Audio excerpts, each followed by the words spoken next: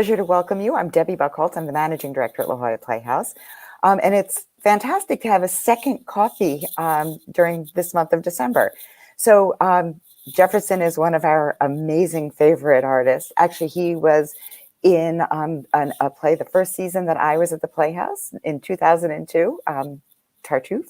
And we are both UCSD alums as well. So Chris and I share the distinction of both being alums of the same place. Well, not UCSD for Chris and for Jefferson, but we are both UCSD alums as well.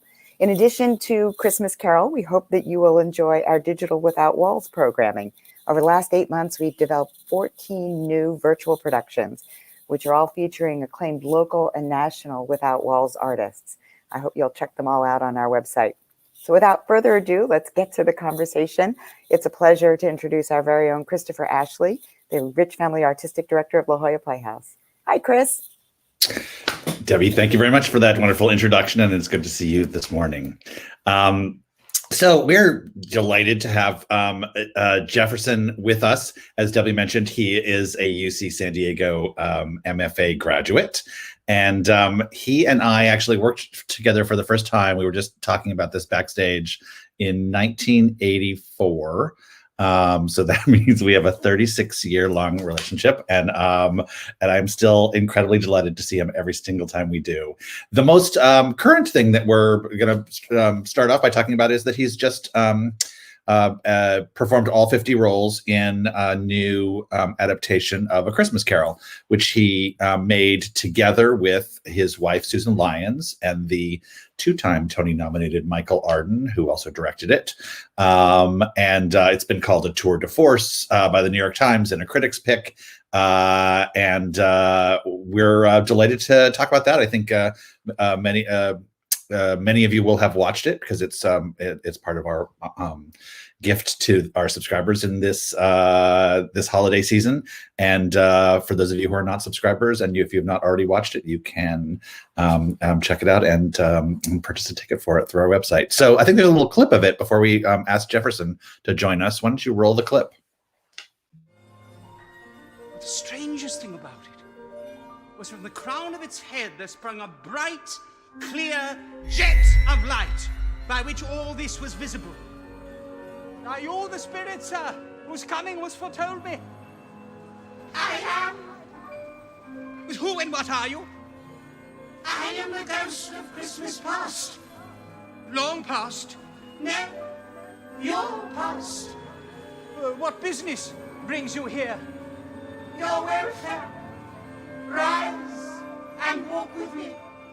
The grasp, though gentle as a woman's hand, was not to be resisted. He rose, but finding that the spirit made towards the window, clasped its robe in supplication. Oh, I am mortal and liable to fall. There but a touch of my hand. There. And you shall yet held in more than this. As the words were spoken, they passed through the wall.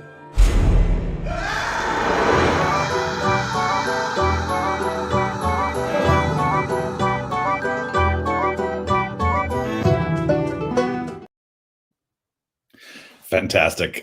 So I'm not going to go into any more depth on his resume, which is beyond extensive. It's titanic in every art form and every performing medium. But we'll touch on many of the points in his illustrious career as we go. So please welcome to the screen, Jefferson Mays. Hello, hello. Hello. And you were just mentioning before the show, you haven't actually seen the entire movie yet of Christmas Carol.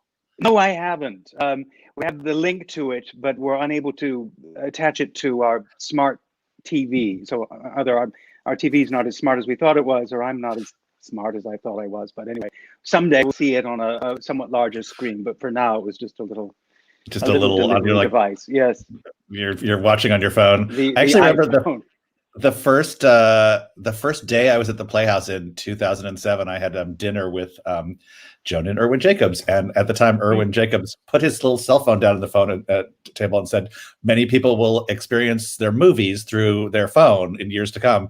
And I absolutely thought he was crazy, and that would never happen. And of course, here we are. You just watched your movie on your phone. So it's funny how the world keeps on moving. So can you talk to us a little bit about A Christmas Carol? This started out as a a first incarnation of the stage production at the Geffen. There's lots of plans for future stage incarnations of it, but in this kind of down time when live performance is not so possible, you made a movie of it. Can you talk about what that experience was like, or just any details from the shooting? Well, it's this is all your fault, Chris, because you came up with the idea. Well, you called me last, was it July or August, and very graciously invited me to come down and do the stage version at the Mandelweiss. And then you said, well, failing that, should a vaccine not miraculously appear and some decent therapeutics, would you consider us making a film of it? So this scheme was hatched by you, and I'm very grateful. Well, I'm so proud of the film that you made coming out of that conversation. So I mean, it must be an incredibly Everest of a role to take on. You do 50. Is 50 roles the right number? Have you counted? Excuse me, I'm having a moment.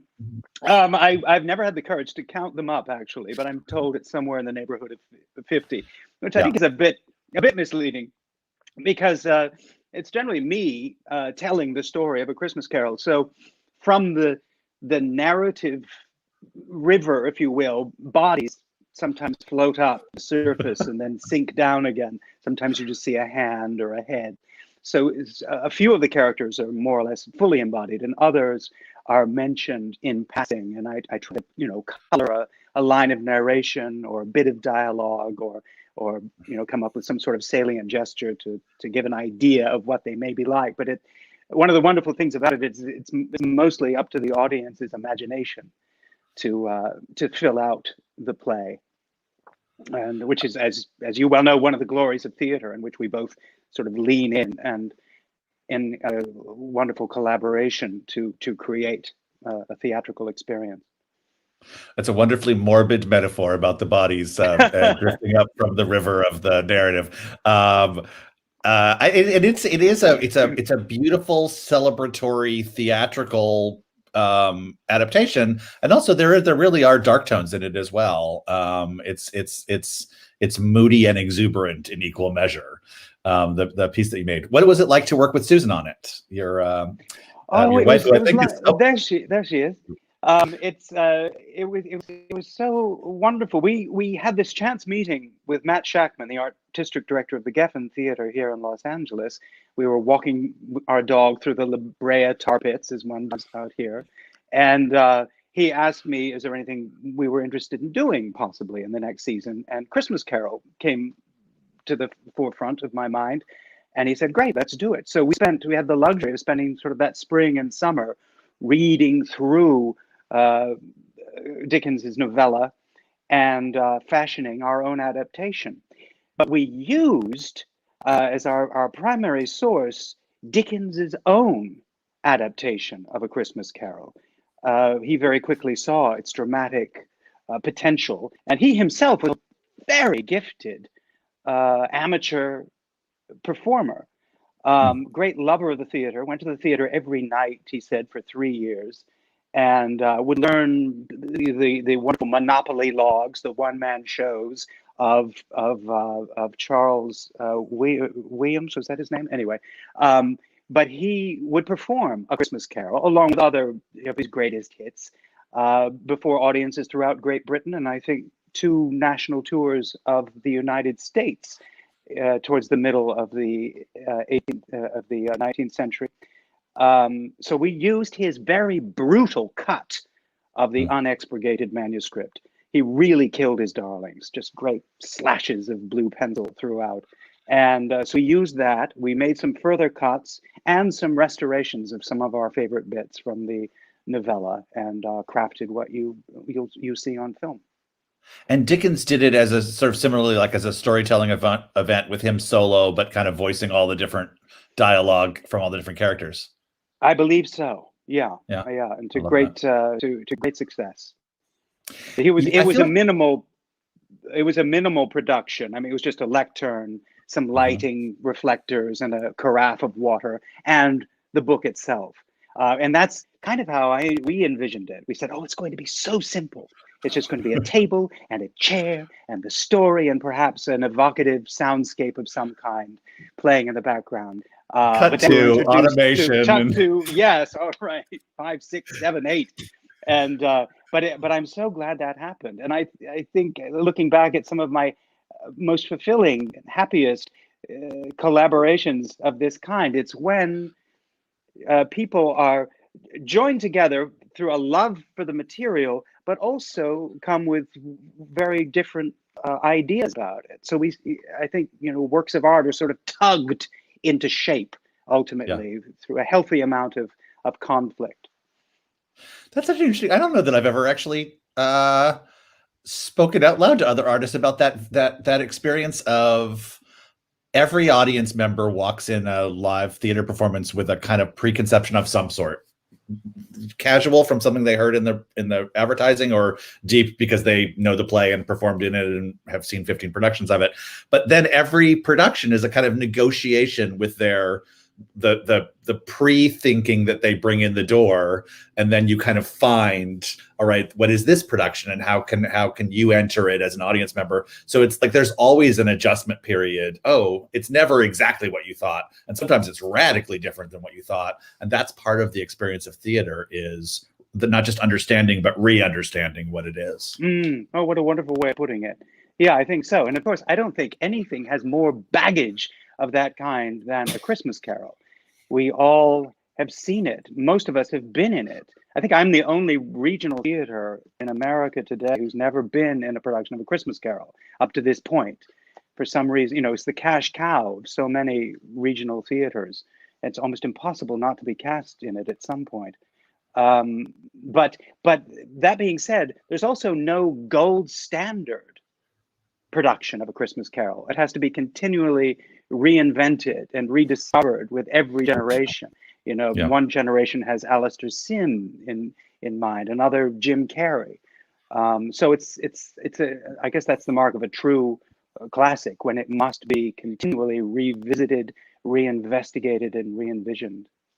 It does feel like there's something particularly on point this year about A Christmas Carol. I mean, there's an explosion of different, Christmas carols in drive-in theaters that you experience from your car. And I think yours is the best because I love it. But they're everywhere, really, internationally, all over England. And it seems like there's something about the idea of, past, present, and future. Here we are in this strange in-between time, but also that you could change your life, right? That there's these pivot points that like everything could change around. And I think the whole world is in a certain way engaged in a pivot, and we don't know quite what toward. There's something about that story that seems very on point for this year. Yes, I certainly agree. I think it's been a perennial favorite, of course, since its publication in 1843. But it does seem to speak to us, to resound, in this particular day and age. And it made sense to me as a one-person show. So often it is imagined as a sort of theater pageant. Have all the theater board members, children, the Cratchit family, and it's a real community, a wonderful community celebratory event. And but it's always made sense to me as a very solitary experience, a ghost story, and a profoundly psychological story in which this irredeemable, intractable miser, goes home one night and has this dark night of the soul where he's visited by memories of his past and visions of the present and terrifying imaginings of the future, and goes through 16 years of strict Freudian therapy, or maybe Jungian therapy, and then emerges transformed and changed in the next morning. So that's one of the reasons why we approached it as a one-person show. And you have incredible experience through the decades in being transformed in like on stage and kind of transformational acting. I think about this. I think about I Am My Own Wife, where you kind of centrally played Charlotta von Malsdorf, but also all of the other characters that are in Doug Wright's play. I think of A Gentleman's Guide, where you played sort of so many different family members, in all of whom were truly distinct and individuated. What's it like to just to know that you're going to walk out on stage and be so many different people? I'm curious about how you think about how to transform in that way. Yeah, I found it to be just an exhilarating experience. It's something that I was never attracted to. I didn't want to ever do a one-person show until I Am My Own Wife.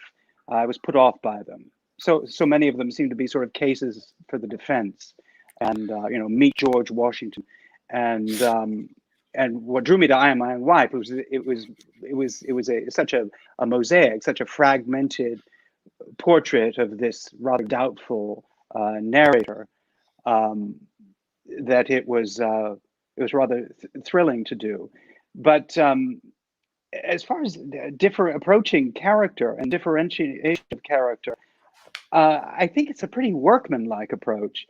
You sort of pull them from the central casting office of your mind, and then quite often it boils down to, well, this character spoke in the upper register, so his interlocutor must needs speak in a lower register. It's sort of as simple as that. But I tried in both I Am My Own Wife, and so many of the things we discovered in I Am My Own Wife, doing it at Page to Stage at the Playhouse back in 2001. So many of the things we discovered I brought to bear in working on Christmas Carol, trying to do things with economy. Just one little salient gesture that can define the character, a slight alteration in voice or posture, but keep it as simple as possible so as not to disrupt the fluidity of the narrative. And I think that Dickens is such a wonderful author for that, because I think George Orwell described him as not so much a novelist, but a great caricaturist, a great character artist, because a few deft strokes of his pen, he's able to limn these indelible characters. And if you sort of take away the narration, particularly in Christmas Carol, I think you're left with the dialogue, and you can tell the story pretty much through the dialogue of Christmas Carol. But the joy, the humor, the genius, and I think indeed the social outrage in Dickens lies in his narrative voice, and that's something that we were very keen to preserve in this version of A Christmas Carol. And quite often in the other adaptations, the narration goes by the wayside, doesn't really exist anymore, or is reduced. I love what you're talking about, and I think we actually have a second clip that will kind of flesh that out a little bit. So maybe roll the other clip from Christmas Carol. On a surprising transformation. The walls and ceiling were so hung with living green of holly, mistletoe, and ivy that it looked a perfect grove, from every part of which bright, gleaming berries glistened and reflected back the light as if so many little mirrors had been scattered there. And such a mighty blaze went roaring up the chimney as that dull petrification of a hearth had never known in Scrooge's time, or Marley's, or for many a winter season gone. Heaped upon the floor to form a kind of throne were turkeys, geese, game, brawn, great joints of meat, sucking pigs, long wreaths of sausages, mince pies, plum puddings, barrels of oysters, red-hot chestnuts, cherry-cheeked apples, juicy oranges, luscious pears, immense 12 cakes, and seething bowls of punch. There sat a giant, glorious to see, who bore a glowing torch and raised it high to shed his light on Scrooge as he came peeping round the door. Come in and know me better, man. I am the ghost of Christmas present. Look upon me. You have never seen the like of me before. You can see in that the distance that that production came from the idea that it was going to happen at a lectern to the beautiful fleshed out scenery that comes gently, beautifully automated downstage toward us. I often think that there's something like when the first time I met you, I think I thought, what, like there's something almost Edwardian about the vibe of you in college. You had beautiful, like I want to say bespoke suits, and bow ties were often in your vocabulary. So there is something sort of beautiful about the kind of full circleness of that you're doing this beautiful 19th century story. There's something that seems very appropriate. It's always attracted me. Particularly, as you say, the vibe of the Dickensian vibe, but particularly this story. It was first read to me by my parents on a Connecticut winter back in the late 60s, early 70s, and I remember they read the whole thing. They read all 3 hours of it. To a captive audience on the sofa, but we were riveted, delighted, and terrified. But I distinctly remember my father's sort of detached, humane narrative voice, and then my mother turning into this mad woman, transforming into all of the different characters, Jacob Marley and Little Fan and Ebenezer Scrooge and Mrs. Cratchit, and to see this woman that was so familiar to me transforming utterly before my eyes I've needed years of therapy to. But I think in some ways doing this play was sort of getting back to that original feeling I had, and we read it, or is it read to us every year afterwards. So it was a bit of a family tradition. So it's a thrill to be able to share some of that. Now I think you were shooting it. Did you shoot this in September, October? This film? Yeah, it was actually shot on the 28th of October. We did 2 run-throughs over the course of a Saturday, I believe, and then it was artfully edited together. Mm-hmm.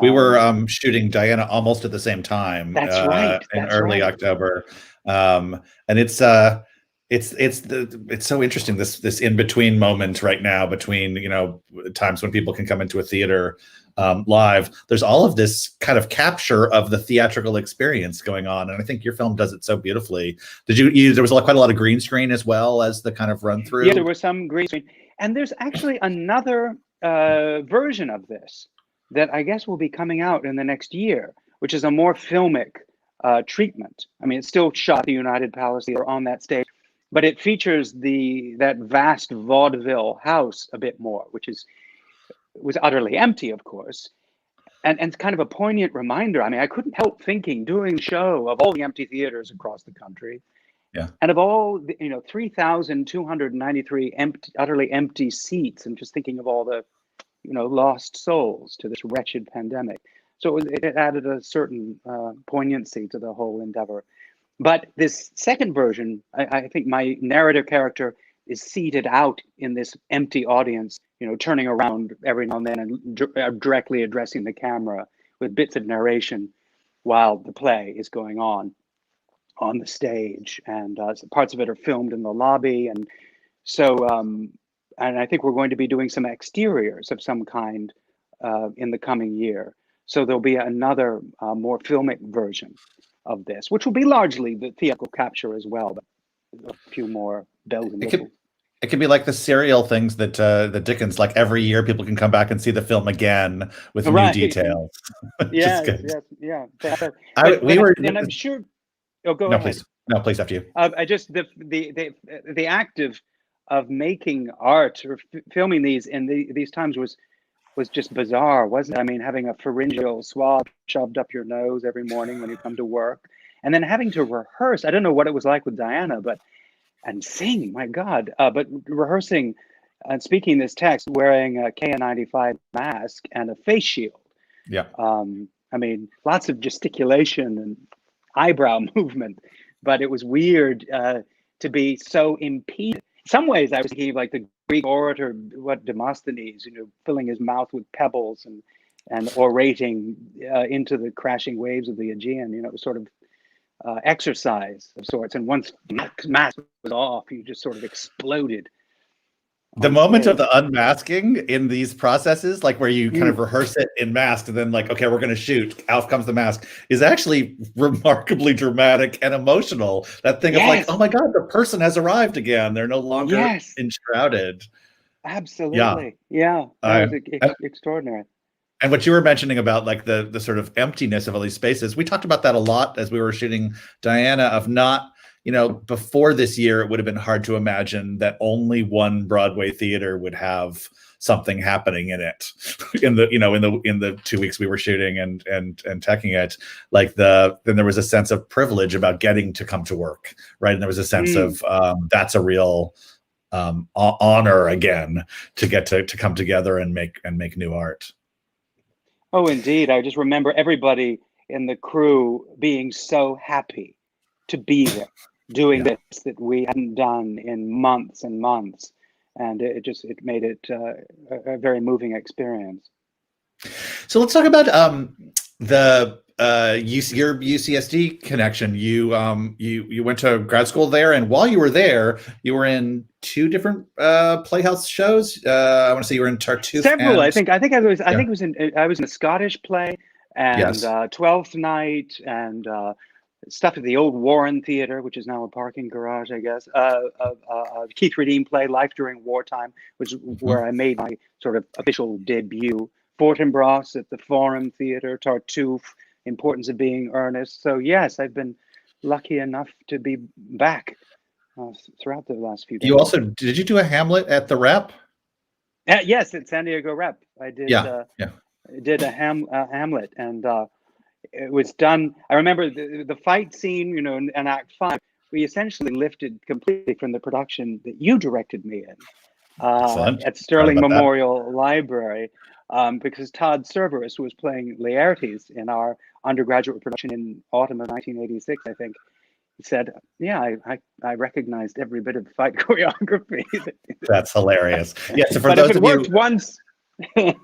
Jefferson and I worked on a Hamlet together, and I directed him as Hamlet, and we did it in the library, which is this very kind of converted Gothic cathedral building, where all the sort of words, all the books kind of came off of shelves and passed through the project. And then we wanted to extend it, but the library wouldn't do it, so then we moved to a dining hall. It was kind of an itinerant production. Yes, we were traveling players.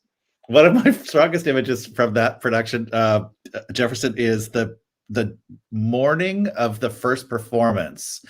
I ran into you on campus, and you looked awful. You looked like you were at death's door, and I thought, like, oh no, Jefferson is really, really sick. We will never be able to do our show tonight. And I ran up to you and said, "Are you okay?" And you said, and as you began to like wipe your face, and you were made up to look terrible. You had Vaseline under your eyes. And you're like, yeah, I was just getting a dean's excuse so that I didn't have to write my papers this week because I'm just like doing the play. So, like, you had gone in and like convinced the dean that that he needed to give you extensions on everything because it was near the end. It was a really good makeup job too. I was completely convincing. I don't think I convinced the dean of anything. I think I convinced him that I was unstable and potentially dangerous from having tried this scam, but anyway. So UCSD, we share really amazing man who has since passed. Arthur Wagner was one of your teachers when you were there. Absolutely. Yeah, an extraordinary teacher and an extraordinary, generous, wonderful man who's done so much for the university and the Playhouse. Yeah. Yes, I had him. He taught the sort of first year acting class, which we didn't have because he was on sabbatical, but he came back and taught us in our second year. He was I think also founded that department together with I think Eric Christmas and a couple others. Christmas, yes. Yeah. And I just was so glad when I got to the Playhouse. He was also sat on the Playhouse board, and every single meeting, if as everybody start to dig into the minutia and the budget and the business of making art, he would say, well, let's talk about the play.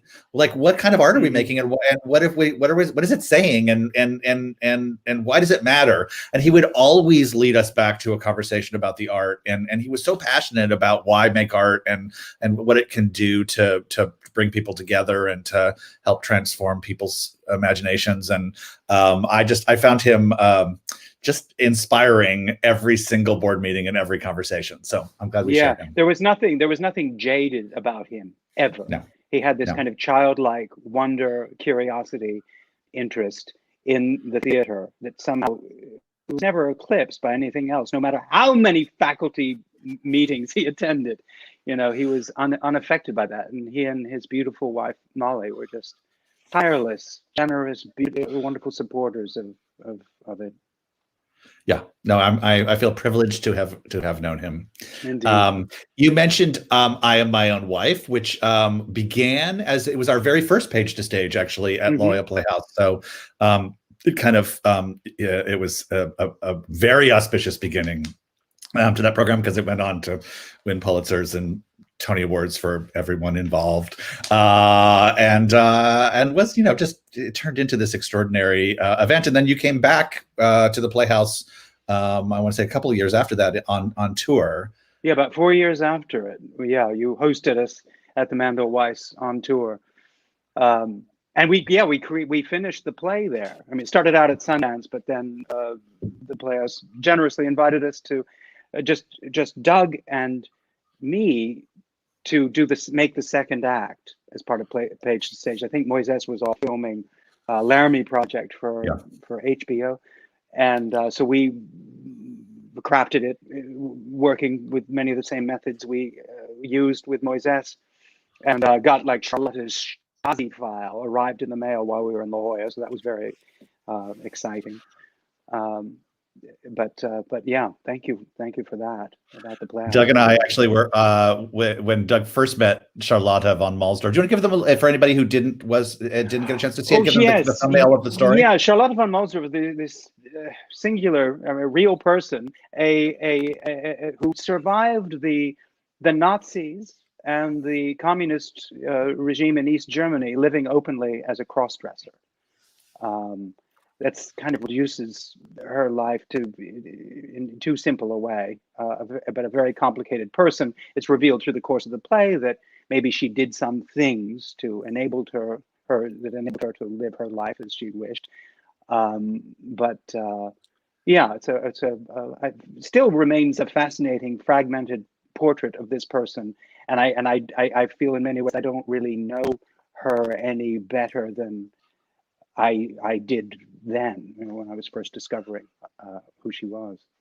Doug and I were on vacation when he met her for the first time. We went to her museum, and in the basement of it, there was a kind of little cabaret bar that she invited a lot of the kind of counterculture figures from sort of the other side of the wall, kind of quietly to have a community in her basement. And she was, you captured her so beautifully. She had this, she met us the day wearing almost exactly what you wore in the show, kind of black dress with a string of pearls, and just her relationship with that string of pearls and the way she would kind of just like touch it for sort of reassurance, and it kind of reinforced a ladylike vibe. She was kind of indelible, and you did a beautiful job bringing her to life. And I think you performed it also in her museum. I did, yes, in 2005 in the sort of European tour, where we went to Krakow and the West End in London. We were invited to the Gründerzeit Museum, this old 19th century manor house that she meticulously restored with her own two hands. And I performed the play there for an audience of friends, people who knew her, and it was weird. It was like impersonating the deceased family matriarch at a family reunion.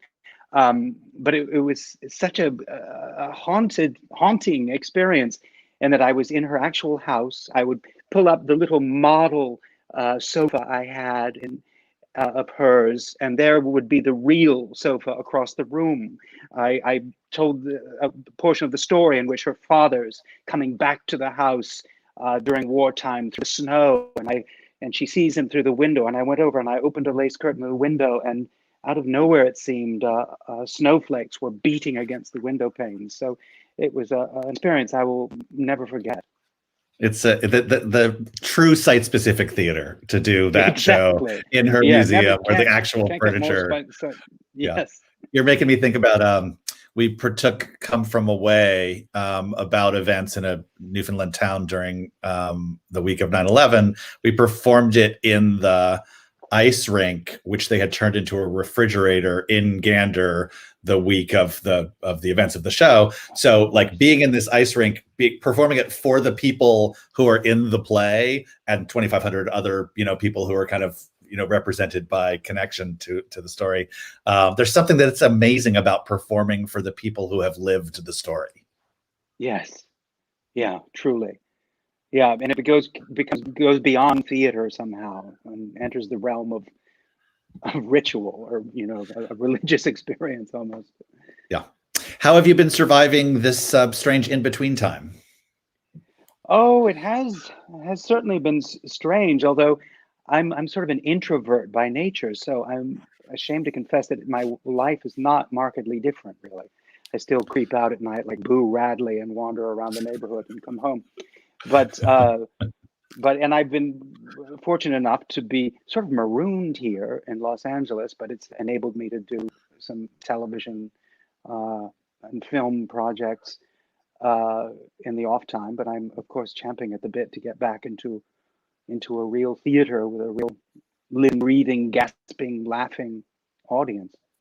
We haven't even mentioned your ginormous, television career. I think you're on Perry Mason currently, and you have I feel like you inhabit every single channel of my 500 channel smart TV. Oh, really? I'm so glad. You're very generous calling it ginormous. I think it's very small, sort of fragmented. I pop up here and there like a body emerging from the river of narrative.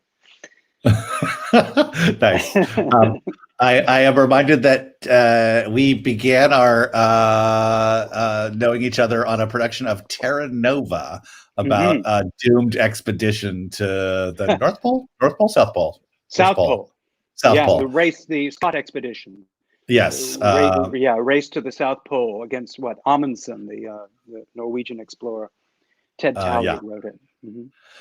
That was kind of an amazing little cast who went on to do very interesting things with their lives, and that kind of power of that community to get each other through that sort of doomed, very, very difficult moment. It's like a precursor to all of the Survivor, the Challenge, kind of, it's like Indeed. True reality TV before there was reality TV. That's right. That's right. No, that was a wonderful experience. There's a question from Joyce Gaddis, one of our a really truly amazing person in our chat function, asking about in these one-person shows so demanding to learn. How do you go about kind of getting the script into your head and learning it? Well, it's just sheer dogged perseverance. I've been trying to discover over the 36 years of my career if there's an easy way, but there's never an easy way. It's just total immersion in the text, and writing it out I find is helpful, and then committing chunks of it to memory, and then going for a walk in the neighborhood, muttering. One nice thing about having to wear a mask during COVID is that now I can mutter with impunity as an actor. I just go clap it over and then nobody looks at me as though I'm insane. I think I do feel like when I'm on a subway in New York and you hear someone muttering in a corner, I always think mental instability or actor. Like you have to sort of figure out which it is, or both. Yeah, or both. Are they so different? Is one question. This is an interesting question from Gene Dixon about how you decide what project to do. What is that process? And I want to know because I feel like everything you do is a hit. So do you have secrets for how you decide? No. I'm ashamed to admit that I am not a proactive actor. I don't have a laundry list of roles that I must play before I die. I find it far more interesting to be mugged by a project or ambushed. There's nothing better than when a director comes up to you and says, I'm really excited about you doing this. Because quite often, almost always, it's nothing that you ever would have thought of yourself. I mean, Doug Wright with Iron Wife, he called me one day and said, would you like to be in a play that hasn't been written yet? And I said, yes. What is it about? It's about a 65-year-old gay East German transvestite. I said, absolutely. That's the next project for me, because it really was nothing I could possibly have conceived of. So I love to be surprised. The next time I call up an actor and ask them to do a role, I'm going to think about it as a mugging, because it's not a thought that has occurred to me before this Just get them in a dark alley and drag them into a rehearsal room. So I seem to have kind of like shifted us over into some. There's lots of wonderful questions. Gabe, would you like to join us on screen and help us sort through some questions from folks? So yes. Question time. Absolutely. And there was one more subscriber question that was in the chat. Joan Gass had mentioned that she enjoyed how you talked about context within which a story is told. And for you now, I think particularly in filming A Christmas Carol, how did you deal with either bringing in the current world or excluding it from the story that you were telling? That's such an interesting question. I guess, what is it? Jan Kott, talking about Shakespeare, said that you're responsible for sort of 3 different worlds when you're doing a play: the world in which the play was written, the current world, and often the world that is described from the perspective of when it was written. In Shakespeare, Julius Caesar through an Elizabethan lens. But I try to not really think about the present world when I'm doing a play, because it will emerge. It cannot help but emerge. We're modern actors doing this play, and the world is what it is outside. So the audience will make all of those connections and will make them subconsciously in doing it. But I don't really give a lot of thought to driving home certain parallels. I leave that largely up to the audience and just try to tell the story as clearly and as I possibly can, and let the world and the play take care of themselves, because those connections will be made. And quite often the connections that are made by an audience are far more interesting than anything you would thoughtfully impose upon doing the play. I hope that doesn't sound like an abdication of responsibility, but no, I love that answer. I often I feel like from a directorial point of view, one of the things you have to grapple with is why tell that story now, not just why tell it anytime, but what is it about now that this show needs to get performed, and often the answer to that doesn't end up in a very literal make everything on stage look like the current world, or put Julius Caesar in a Trumpy red tie, or whatever the dead on why now. Often, if you can answer that question securely enough, like rich theatrical possibilities open up that are not literal or on the nose, but that audiences, which are almost always smarter than you think they're going to be, kind of process for themselves and start to answer the question for themselves of why now, and personalize it in some way. I think so. I think we must always assume that the audience, collectively is far away smarter than we are, and it always, will rise to that occasion, I think. But there, certain things do pop into your mind. I remember the line in Christmas Carol, as the Ghost of Christmas Present and Scrooge are flying over the landscape, visiting the poverty-stricken and lighthouse keepers and tin miners in Cornwall, and he talks about vain man in his brief authority had not made fast the door and barred the spirit out. He left his blessing, of course, vain man in his little brief authority. It's impossible really to think of anyone else. Love that. We have another question from David in the chat asking about your experience working on the Broadway revival of The Front Page. Oh yeah, so I'm so glad you got to see that. Yeah, that was a colossal play. No wonder it's not done more often. It was just a cast of thousands, and it felt like one of the most hyper-realistic plays I'd ever done. It was so fully realized on stage, with working water coolers and staircases that go off to nowhere. But you felt like you were in Chicago in the late 1920s with ashtrays full of cigarettes. And so it had a strange time travel feeling for me. And then to inhabit that glorious language that you can, if you rent His Girl Friday, just the sort of Bren gun speed delivery of it. It was a transporting thing to be a part of, and I cherish that experience. Yeah, it's funny that you mentioned His Girl Friday. We did a production of it at the Playhouse, and just the exhilaration of that language at that speed was so fun to work with. Yeah, that's right. That was John Guare's adaptation, wasn't it? It was, yeah, very beautiful adaptation.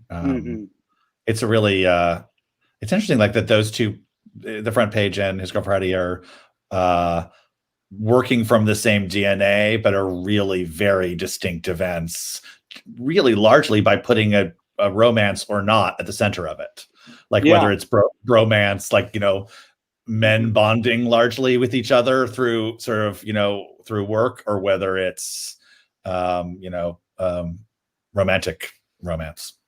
Yeah. And the original, Jefferson, yes, please. No, go ahead. No, please. No, I was moving on to a different question, but please. Please go ahead. I think, we've done it. We've captured Front Page. Friday. We've done it. Check it off the list. It's a polite off.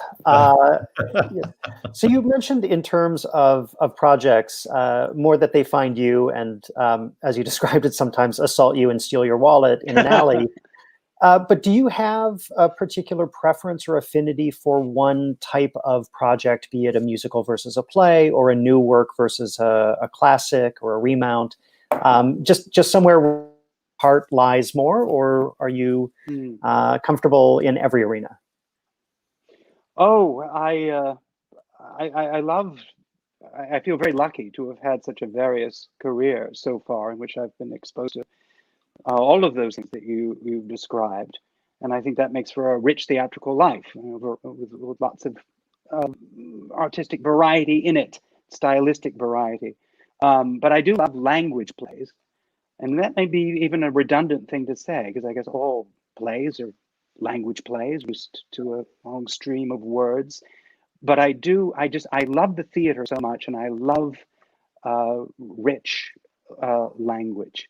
And I love heightened language, be it in blank verse or the Alexandrines of Moliere, or this sort of on and off verse of Charles Dickens. It was amazing how many times you just be speaking iambic pentameter for paragraphs in Dickens. That's how he wrote. That's that heartbeat cadence of the English language, and every line seemed to be very musical in some way, and like Tiny Tim beat on the table with the handle of his knife and feebly cried hurrah.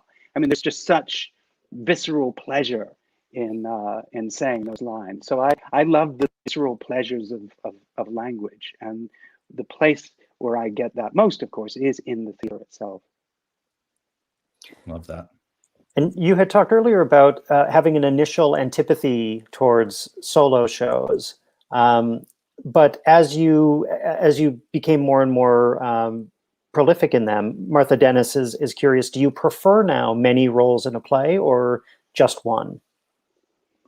Well, there are pleasures to be derived from both. I think I suffer from like the bottom pathology in Midsummer Night's Dream. The amateur actor Bottom is always raising his hand to Peter Quince and saying, "Oh, let me play Thisbe, let me play the lion, let me play Pyramus." I think every actor sort of wants to play all of the roles. What drew me to theater initially was the joy of playing with other people, and telling a story collectively.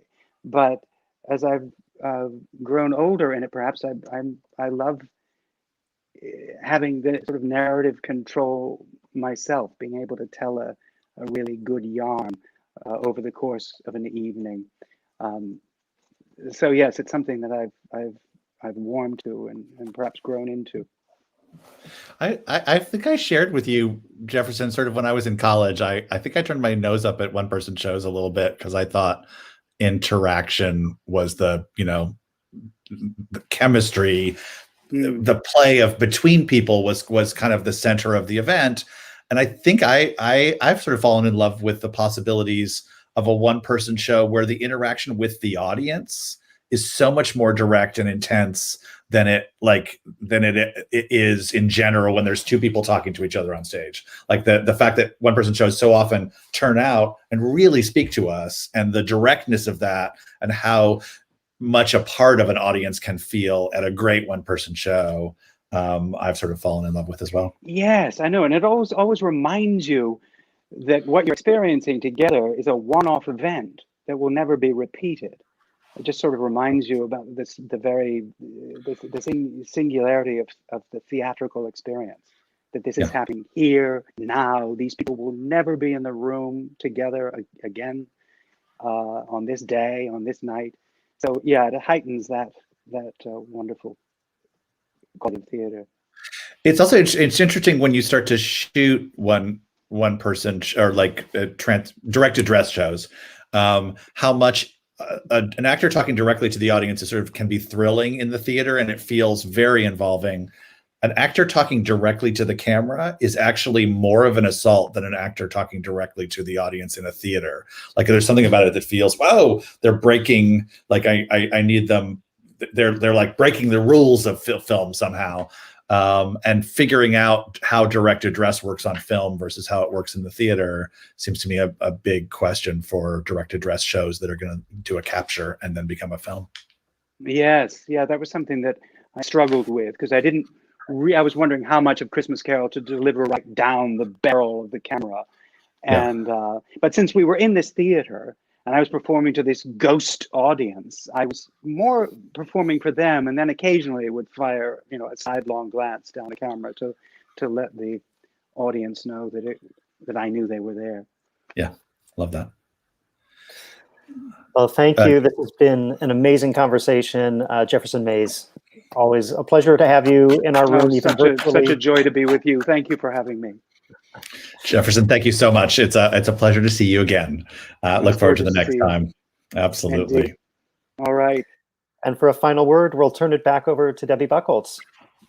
Thank you, Gabe. And thank you, Chris. And oh my goodness, thank you to Jefferson. I just want to remind everyone that we record these. And so if you didn't get to see everything today, or if maybe you missed the last one we did a couple weeks ago with Ayad Akhtar or any of the others, they are recorded and on our website. And I encourage you to go back and look at them. I actually am going to watch this one again. There was just so much to take away and think about. So I just want to remind you that A Christmas Carol is available to stream through January 3rd. If you haven't watched it, do. And if you have already watched it, it certainly would make a lovely gift for a loved one at this holiday season.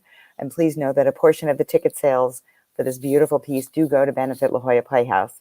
There are a lot of ways that you can support the Playhouse this season as we come to the end of the year. A donation of any kind is always appreciated, and it supports our education program, our play development program, and our military programs. So I just want to thank you again for joining us today, for continuing to support with the Playhouse. And I'm wishing you, as I know Chris does as well, a very happy and healthy and safe holiday season. And we are looking forward to seeing you in 2021 and being back and being able to hug you. So in any event, happy holidays. And thank you again for joining us this morning. What can theater be? It can be a place to gather with friends. It can be a place to find joy. It can be a place to dream. It can be a place to celebrate. But a theater is more than a place. Theater creates empathy. It forges community. It starts conversations. Theater opens the world. giving us a glimpse into other people's lives. It disrupts the status quo and challenges our beliefs. Theater reflects our world, and on its best days has the power to change it. We need theater and everything it can be, now more than ever. Someday, hopefully soon, we will gather again. On that day, when the lights are cued, the actors again take to the stage, know that there's a seat for you.